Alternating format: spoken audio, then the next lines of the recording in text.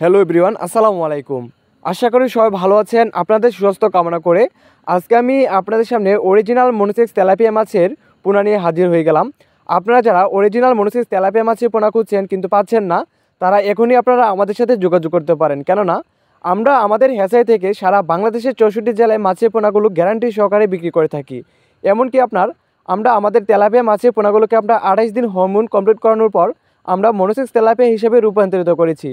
তাই আপনারা যারা অরিজিনাল মনোসেক্স তেলাপিয়া মাছের পোনা খুঁজছেন তারা এখনই আপনারা আমাদের সাথে যোগাযোগ করেন। তো সম্মানিত ভিউয়ার্স, আপনারা যারা মনোসেক্স তেলাপিয়া মাছের পোনাগুলো একক অথবা মিশ্রভাবে চাষ করতে চান তারা নিঃসন্দেহে চাষ করতে পারবেন। কারণ আপনার তেলাপিয়া মাছের পোনা যে কোনো মাছের সাথে চাষ করা যায়। কারণ আপনার এই মাছের পোনাগুলো পুকুরের উপরের স্তরে থাকে, যার ফলে আপনার কোনো সমস্যা হয় না। তো এই জন্য আপনার এই মাছের সাথে আপনার দেশি শিং, দেশি মাগুর অথবা আপনার ক্রাব জাতীয় সকল ধরনের মাছের পোনাগুলো আপনার এই মনোসেক্স তেলাপিয়া মাছের পোনাগুলোর সাথে চাষ করতে পারবেন। তো মিশ্রভাবে যদি চাষ করতে চান তো সেক্ষেত্রে আপনার একটা বিষয় লক্ষ্য রাখতে হবে, যেন আপনার কোনো প্রকারই মাছের পোনাগুলো বেশি ঘনত্বে মজুত না হয়ে যায়।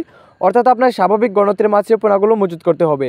তো আপনারা যদি এককভাবে চাষ করতে চান তাহলে হলো আপনার প্রতি শতাংশে মাছের পোনাগুলো দিবেন 400 থেকে 500 পিস। আর যদি আপনার মিশ্রভাবে চাষ করতে চান তাহলে আপনার সেক্ষেত্রে 200 থেকে 250 পিস পোনা প্রতি শতাংশে দিতে পারবেন, যেন আপনার কোনো প্রকারই মাছের পোনা ঘনত্ব বেশি না হয়ে যায়। তো এই ভুলটা অনেকেই করে থাকে যে আপনার ইউটিউবে ভিডিও দেখে অনুপ্রাণিত হয়ে আপনার মাছটা শুরু করে দেয়, কিন্তু মূলত তারা মাছটা সম্পর্কে বিস্তারিত না জেনে মাছটা শুরু করে, যার ফলে আপনার দেখা গেছে মাছটা সে বেশি একটা মুনাফা অর্জন করতে পারে না, মাছটা সে আপনার ব্যাঘাত ঘটে।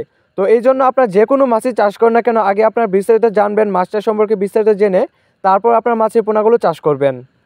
তো প্রিয় খামারি ভাইয়েরা, মাছ চাষের জন্য সবচেয়ে গুরুত্বপূর্ণ বিষয়টি হলো যেটা আপনার যে আপনি যেখান থেকে যে হ্যাচারি থেকে মাছের পোনাগুলো সিলেকশন করেন না কেন, অবশ্যই আপনার হ্যাচারি মালিকদেরকে জিজ্ঞেস করে রাখবেন যে আপনার এই মাছের বুট মাছগুলো কেমন ছিল। অর্থাৎ আপনার যে মাছ থেকে এই মাছের পোনাগুলো ব্রিডিং করা হয়েছে এই মাছের মা মাছ আর বাবা মাছ কেমন ছিল। যদি আপনার এই মাছের বুট মাছগুলো ছোটো হয়ে থাকে তাহলে আপনার এই মাছের পোনাগুলো ছোটো হবে, আর যদি আপনার মাছের বুট মাছগুলো বড় হয়ে থাকে তাহলে আপনার এই মাছের পোনাগুলো বড় হবে। তো এই বিষয়টা খেয়াল রেখে অবশ্যই আপনার যে কোনো হ্যাচারি থেকে মাছের পোনা নেন এই বিষয়টা জেনে তারপর আপনার মাছের পোনাগুলো সিলেকশন করবেন।